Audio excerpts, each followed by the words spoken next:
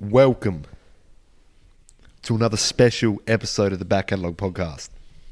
This is the podcast where we, and by we I mean me, Alpo, and my co-host / co-founder Vincent, we dive into the streaming services and we tell you, the listener, and of course the viewer, what is worth it and what is not.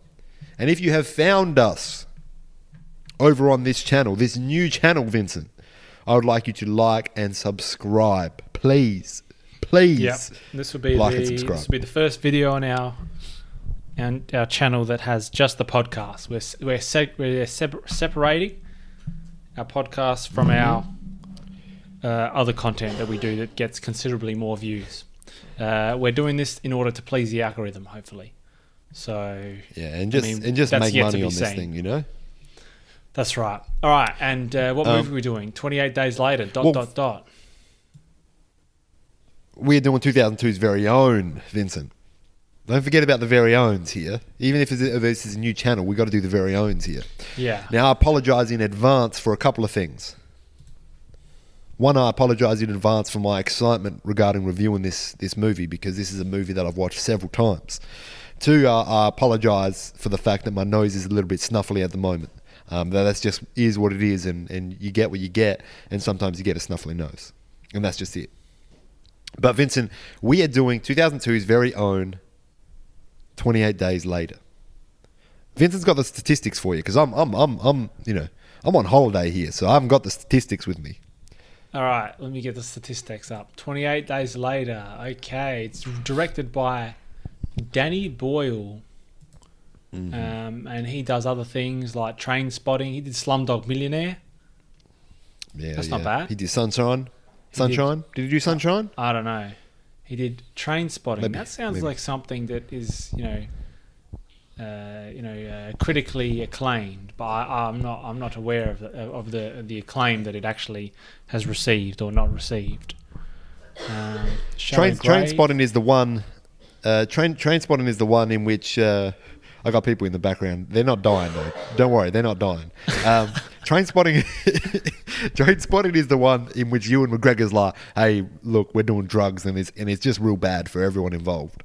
Okay. Like, what if drugs were bad? That's what Train Spotting asks. Okay. Danny Boyle. He was born on 20th of October 1956 in Radcliffe, Lancashire, England. It's only 6 miles north of Manchester city centre, so it's a pretty decent, it's close to the city centre. It's good. The commute's not too far. It's not like that London commute, eh? Am I right, fellas? Am I right, geezer? I mean, look. In 28 Days Later, there's lots of London commuting, and there's a lot going on. He was so an I'm altar glad that boy Danny for 8 Boyle's years. out of there. Wow. Man, this should be the Danny Boyle podcast. This should be the Danny Boyle podcast. I mean, look, this he's should be the Back 65 Boyle years podcast. old, but he's looking sharp. He's looking sharp in 2019 at the Montclair Film Festival, which is where his photo from Wikipedia comes from. And that's the facts, and that's the statistics. Yeah. So should we just get into this, Vincent? Let's do it, man. Oh man, this had a budget of 8 million, and the box office was 85 million. Danny Boyle, bro, well, that's sort of the statistics. That's the statistics that I was wanting. But you've got more on the Danny Boyle train, which is fine. I think that's appreciated because not many people have heard about Danny Boyle or the Boyle Catalogue podcast, this new channel. It's just Danny Boyle movies. That's right. I mean, it's not as good as Slumdog Millionaire. Like, budget was 15 mil, box office 378 mil. But I mean, you put Dev Patel in a movie, and that'll sell millions. I mean, that'll sell millions. That'll sell however many millions you said, which is with a 3 at the front. That's right. Let me just adjust some things on my end, Vincent. But could you quickly just tell them about the IMDb while I adjust some things? The IMDb. All right, let me go back to the IMDb. We've got a 7.5 on IMDb, 87% on the Rotten Tomatoes, with an audience score of 85%. So look, it's fairly good reviews across the board. I mean, that's reviews. That's out the wazoo reviews. That's out the wazoo Vincent, reviews. Bro, let's just get right into this. What the hell's going on? That's me. I'm here as well. I just had to put this on charge so you can see me too. But All right. Vincent, now this is one of the all-time classic modern, and I mean it was modern of course within 2002, and like if it came out in 1950s, it would be modern for the 1950s. Yeah. But zombie movies. Now, the thing that's important about this that we're going to say from the very start is that this is not any particular virus that is transferred in different means. This is a specific rage virus that is transferred to individuals by biting, by spit, and just I don't know, like particles in the air, blood. droplets. That's what they said. They said blood. And by blood. Yeah. Now, I want to go into the bits of this movie that I really liked and the bits of this movie that I didn't like, and I'm going to preface this with the bits that I didn't like of this movie, Vincent. First of all, I didn't like the fact that this movie just starts off. Now, this is from the very start. This is as soon as you walk in. You got some things on the screens. There's war, there's violence, there's rage. And there's these monkeys that are being shown, or chimpanzees that are being shown this rage and violence and war. Now, some PETA activists go in there to try to save these chimpanzees, and this is how the virus gets out. The thing that I didn't like about it is why... One, the scientist looked like a man's from Wallace and Gromit. That's my question. Why did he look like a man's from Wallace and Gromit?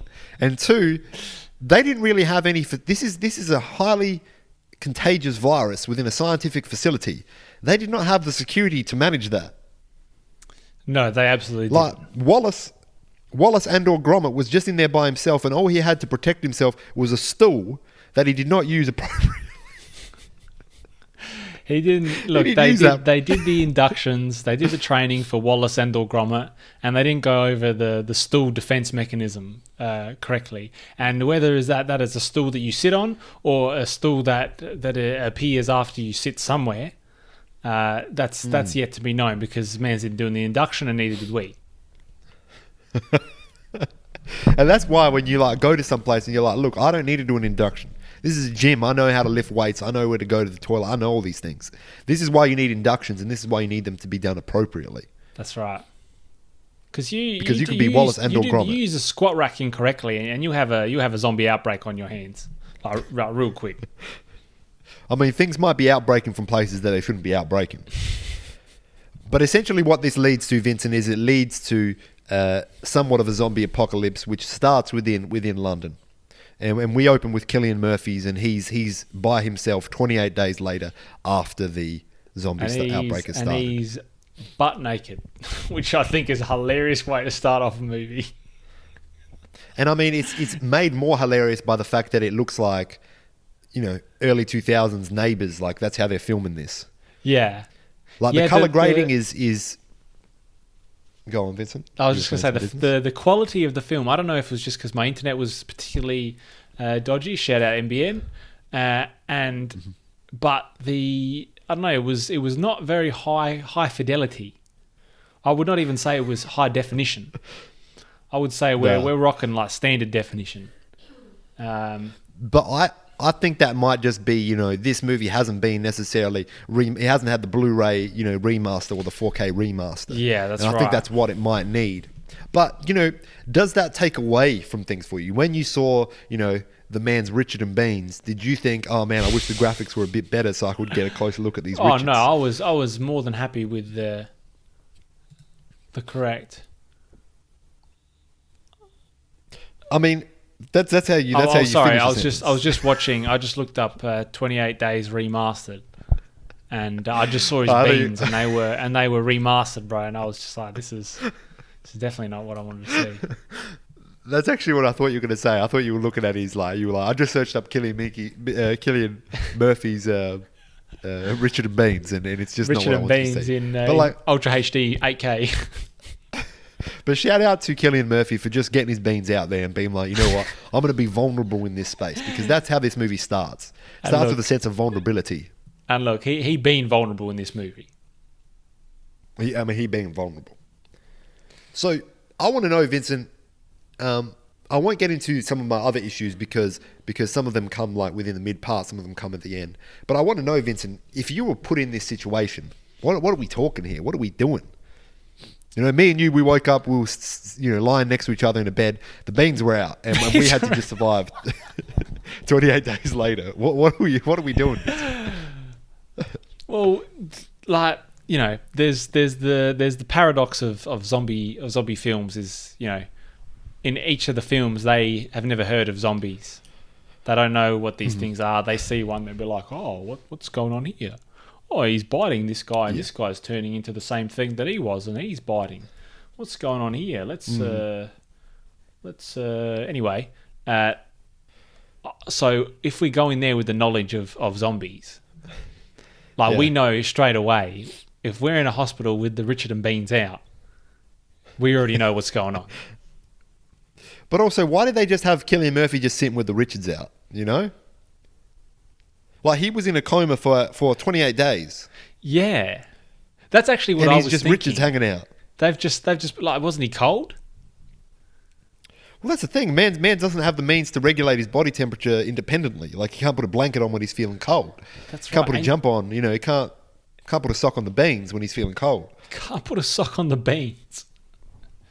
Yeah. But here's the thing. This is what I think about the zombie movies, in particular, and whether or not you would survive. I think it all starts with knowledge, as Vincent said. You have to have that background knowledge, and that's what makes this movie scary, I think. Because this man's is coming in with no context whatsoever. You know, he doesn't know that it's a zombie apocalypse, which is fine, but he doesn't know what is going on at all. He doesn't know where people are. He doesn't know whether this mass evacuation is just within his hospital or whether it's within the entirety of London. I think that's very scary. Yeah, I think if you get that knowledge, you read a newspaper, right. You say, okay, I see there's zombies, there's infections, I need to get to this certain place. Then you might win. I mean, but is there any winning in a zombie apocalypse? Probably not. I think. Are we getting into what, like, hits? What are we doing now? Let's absolutely do the hits. I just wanted to touch on whether or not we would survive, and I also want to touch on towards the end, like, what's the message? Because there's always a message. Yeah, I had some thoughts. I have some thoughts about that. So I'm glad we're going to be talking about that. Let's get into the hits. The hits. I mean, the zombies in this are just wild. You know, I think they did zombies a service for this, because yes.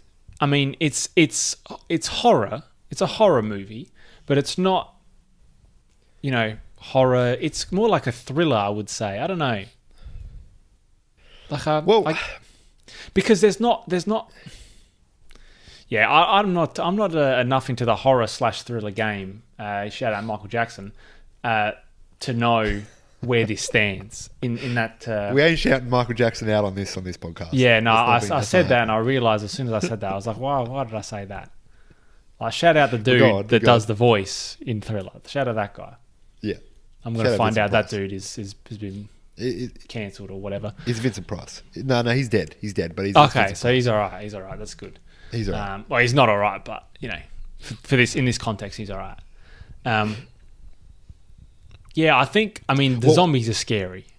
Because they're just legging it. They're legging it, and the way that they get up. I mean, the acting for all the people who were zombies, that's top tier. Because I mean, really, they're extras, I guess. But man, the way that they reanimated it after, you know, they were infected, top notch, absolute top notch. I think that what this movie really works well with, and what makes it a horror movie, in my opinion, is the grit and there's almost like a filthiness to it. There's almost a dirtiness to this movie with these zombies and the way that they, not only the way that they pass on their disease, but the way that they move around. I mean, you know how we were talking about the HD graphics before. We were talking about the 4Ks, the 8Ks, you know, the 12Ks. We were talking about all the Ks. This movie almost benefits from being that lower quality because it makes it look grimy. I was just about to say that. There's a certain uncleanliness or something there. Yeah. And I think in doing that, it shows again that these characters here are vulnerable.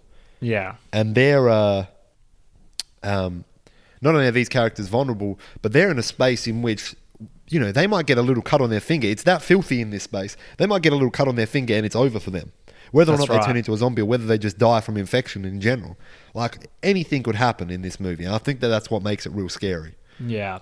I think so. And what makes it a horror movie Yeah. is what I should say. Yeah. Yeah. So one of the things that I really enjoyed was Yes, sir. the kind of contrast between we'll say the low points in the film where it's kind of not high action and intense, and the times that it was high action and really intense.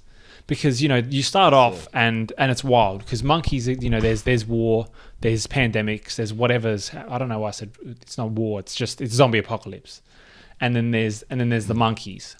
And it's all wild and it's high action, high intensity, and then you just go to Richard and Beans and then you're just walking through London for like, that was a substantial amount of time that he was going around. He was just picking up dollar bills because he's going, you know, these are still value to me. Yeah, He's absolutely. picking up Pepsi cans and whatnot. And Maltesers. I mean, is there anything more British than Maltesers?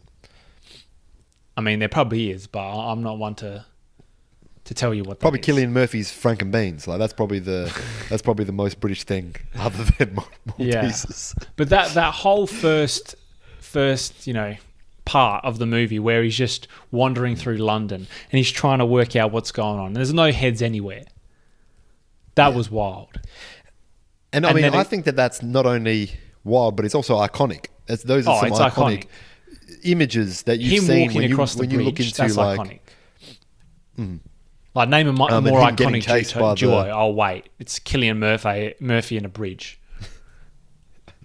Or you're going to say his beans again? Like, I mean, it's been obviously it's been redone and it's been paid homage to in many things. Most of all, including The Walking Dead, which I think did it very well. That opening scene of vulnerability and not knowing what has happened. But this one, yeah, it is fantastic to go back and rewatch that bit. Yeah. Now, Vincent, let's get into like some hits from more than middle, because I think that first bit is very strong. You got the first. You got some more hits from the first. Yeah, because okay. the thing that makes that part so good is he's looking for answers, and where does he go for answers? He goes to the church. Absolutely. He says, "Take me to church." That reminds me of that bit. What? I was going to say, that reminds me of that bit when he's walking through and it says, you know, the end is extremely effing nigh. Yeah. How'd they get up there? Like, I mean, that's exactly right. I was going, there's writing on the wall, you know, and this is not metaphorical. There's actual writing on the wall, but it's from the ceiling down, and we're talking like 3 stories. There's no stairs to get up there. Man's need to get the scaffolding. Not only does he need to get scaffolding, but he needs to do so in a space and time in which there are zombies around.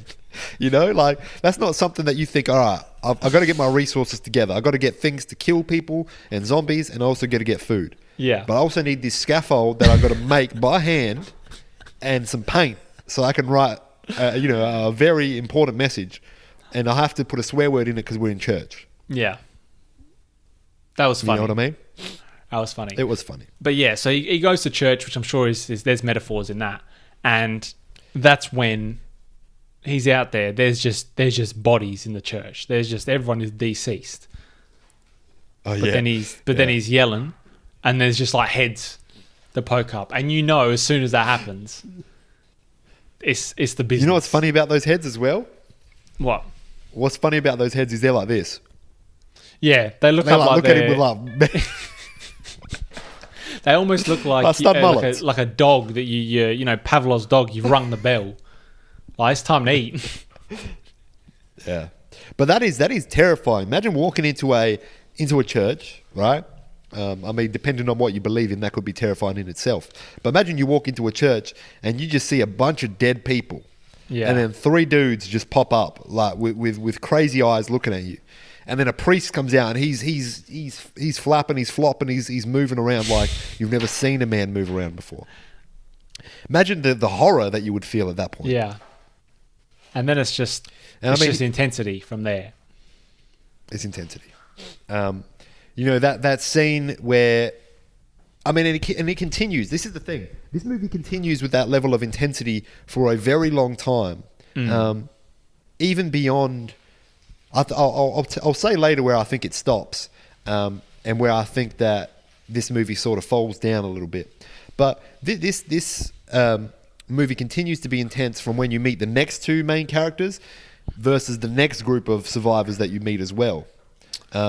It just stays intense. You don't know what's going to be going on. Well, I think the situation where they're obviously on the grass, when they're in the field, that's probably when it stops some intensity, like for an extended period of time. There is. I will say I forgot because about there's the supermarket scene. They go to the supermarket, but after that, they go through the tunnel, which is dumb idiot things in itself, and that's intensity there. I mean, when you see those zombies running through that tunnel, that's wild. When you see them, they're in the taxi, right? Yeah, that's when they're. And then you see them at the end. The funny part about this is when you see them like in the background, you see that it's generally just a normal dude who's. Hey, I got people walking in the back. Like they keep assuming that they're not in the shop, but they're very much in the shop. But that's just what it is, and that's fine. But when you rewatch this movie, if you ever rewatch it, Vincent, have a look at those zombies that were running through that tunnel, because they're tired. Like, mans are tired. Like, you see a dude just bend over and just start taking in the big breaths because he's like, dude, I knew we'd be running, but I didn't know we'd be running for the entirety of this tunnel. You didn't know you had to do like Chris Hemsworth training before this.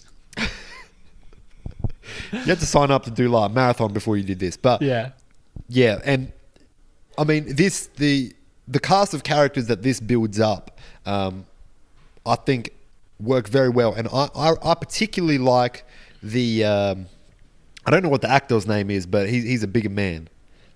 He plays Mad Eye Moody. Yeah, I know the dude. I know the dude you mean, Brendan Gleeson. Brendan Gleeson. You should just walk. Let me just. You should just walk through because they've just seen your head pop up crawling.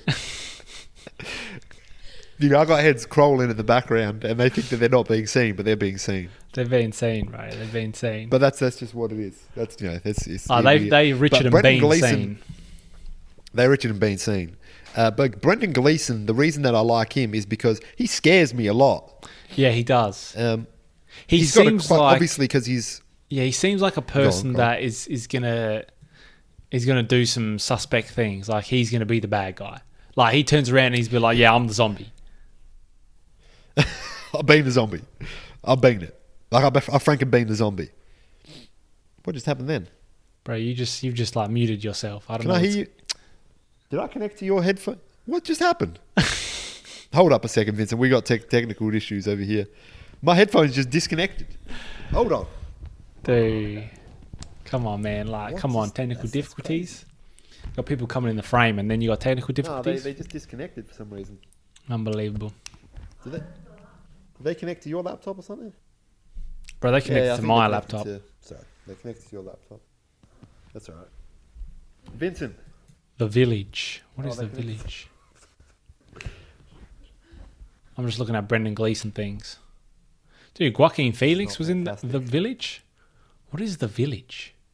Can you just expressing disappointment with the twist ending. This is the M. Night Shyamalan. Yeah. Shit. Residents of a small, isolated 19th century village of Covington live in fear of those we don't speak of. Humanoid creatures living in the surrounding woods. Vincent. Bro, M. Night Shyamalan had done some wild things. Did this photo on his Wikipedia? This is fantastic. Oh yeah, I'm just looking at M. Night Shyamalan things. Like he looks happy. Oh. I apologise for that. There was just laptops that were opened and I connected to some other audio. Yeah. Like, how's Apple going to do that to me? When I'm connected to your audio, I get connected to some other audio. But it is what it is. So Vincent, sorry, back to Brendan Gleeson. You were right. You could, at any moment, he could be the villain. He could be the person that, and obviously he has a reason for doing that. He's wanting to survive, and he's wanting, who he is with to survive as well. That's right. But man cops it in probably the worst way possible, I would say. Yeah, that's kind of hilarious though. It's hard to avoid. That's hilarious. He gets. I mean, he gets a blood droplet in the eye because he's yelling at crows, essentially. I mean, the crows had every right to be dropping blood droplets in his eye. I know. Because he was yelling at them. And they're majestic creatures, whether or not, you see them as being something evil, being something that's on the, the gates of Hades. They are quite majestic creatures, and they live a long time. So they've got some wisdom there as well. But is there any other bits that you see as being a particular hit? Like when that man goes in to find cheeseburgers, like 28 days later after there's been no cheeseburgers being made? Yeah, that's just dumb idiot things. Yeah. That's just dumb idiot Cillian things. Murphy, and at that point, you're going to be doing dumb idiot things. Yeah. Yeah, I think... I was going to say that I think that there was not enough... The ratio for intensity to kind of not intensity was too heavily skewed on the not intensity. Like, I wanted more intense moments. Right. But I think it was just because this movie, I felt like I wanted it to be really intense and then have that scene in the fields. Because then it would have been like, okay, we've got all this, you had the very start, obviously, which was the monkey, so that was intense. And then you kind of had the intro to Cillian Murphy, Richard and his beans.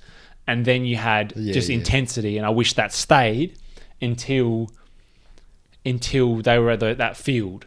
And it kind of did, but I think maybe it just wasn't quite enough. Like, I wanted to just be... Have you seen 28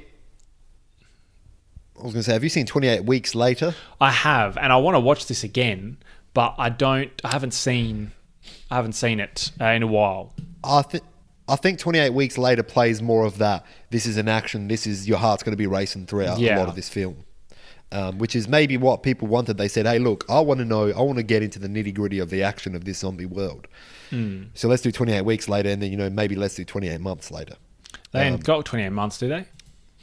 They haven't got it. And I don't know why they would do it, because that's just a silly timeline to use. It's 28 months. Like, I mean, saying 28 weeks later is in itself is a bit silly, but I know that it's a sequel. Yeah. The part that I think that this movie falls down a little bit is the last bit of the movie, which is when they get into that army style establishment. Yeah. And the reason I think that falls down is because it's a very different. It's almost like a right hand turn and a right hand to the face, followed by a left. Yeah. Because, as you said, this is there is some intensity, there is some horror, but then it's sort of almost, it doesn't change genres as such, but I felt that there was like a definite gear change in this space, which is like, hey, look, we couldn't think of what else to do, so let's just throw army people, but they're bad, into this. Whereas I think that if this was just a character-driven story of them just trying to work their way through and survive, and also catch up with other survivors at their same level, I think that would have been maybe a bit more coherent, in my opinion. Yeah, I think what they did is, and I don't know if this is the first movie to have done this. Blessed. Be blessed. Dude, I was trying to hold that in. I was just trying to hold that in. Oh, man. How funny would that be, like, the whole time? Vinny's just like... like that. It's just like, Vincent, are you wanting to say something, or... Anyway, go on. Sorry, Vincent. This was like the pioneer of the whole, the zombies aren't the real monsters. You know what I mean? Right. Like, I think that's what they were getting to at the end. Number one, the army dudes, saying the man's was like, I promised them women. Like, that's just dumb idiot things. Did he say, I promised them women? Yeah. Like, I promised them women. Those were his words? Yeah, like the main dude was saying, like, I promised I would get women for them. Oh, I promised them women. I thought he was like speaking like a caveman, and he said, I promised them women. Like, them over there, they are women. Like, I promise, bro. Like, I swear to God, they're women. They're women. And I was like, I don't understand where that came in, but okay. So yes. you had that plot point, I guess, of the army Yeah. dudes being just the worst kind of people. But then you also had Cillian Murphy turning into like just a stone cold killer. I mean, it was hilarious to watch him just run on the rooftops just with his pants on, like barefoot, bare chest. Yeah. That was hilarious. And you could also tell that was kind of, it was like a homage. I don't know what the word is, but there were a few shots of that kind of, you know, the zombies running and you just see their shadows running. Yeah.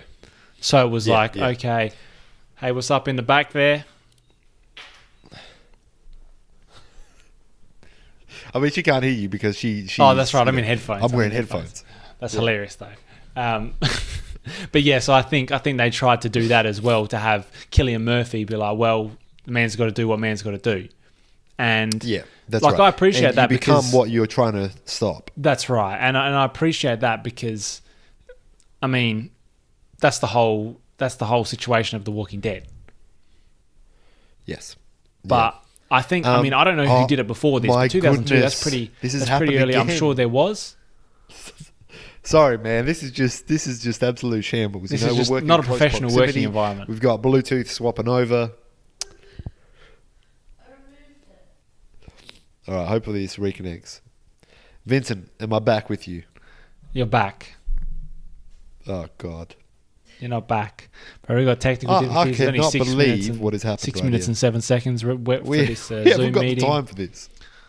I mean, we might have to finish this man. podcast 28 days later. All right. Yeah, I know. Vincent. Alternate endings. Let's have a look at alternate endings. The DVD extras, let's all of look which at 'em. Let's conclude look at with 'em. Jim dying. Gunshot wounds. In another, the outbreak is Bro, revealed to be who a dream. Jim, man? That's hilarious. Who Jim? Jim is I Cillian only know Murphy, Cillians. bro. I only know Killians.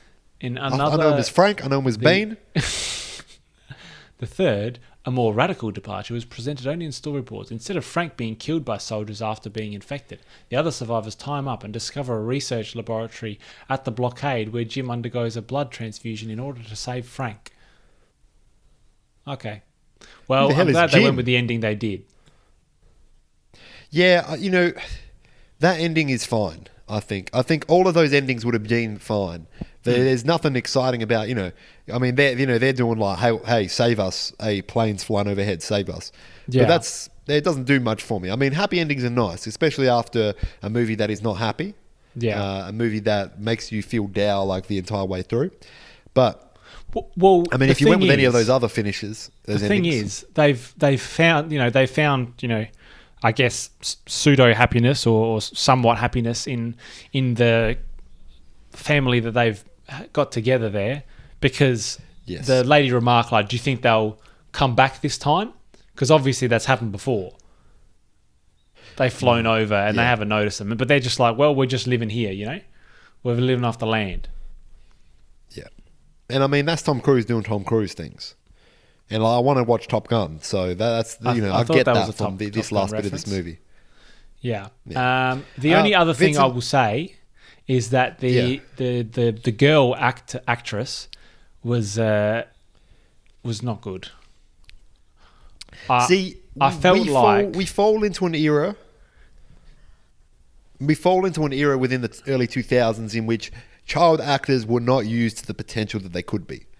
For better or for worse, maybe children aren't meant to be acting at that level. Maybe they're not. But I think that now, if you were to swap in, a Millie Bobby Brown, a other person from Stranger Things, another person from another movie, and you put them in this one, specifically a child, you would get a better result. But that's just of the time. And I think what actually made it worse was her audio for when she was speaking was... I don't know if it seemed louder than all the other ones or clearer. There was just something about her audio that just felt a bit off, and that was the only thing that I thought was a bit off. But anyway, we've got 3 minutes and 7 seconds left, so wrap this up, brother. Should we just get into the review, like out of 10s of this? Yeah, this is an 8 out of 10 for me. I'm going to give it a flat 7.5. Yeah.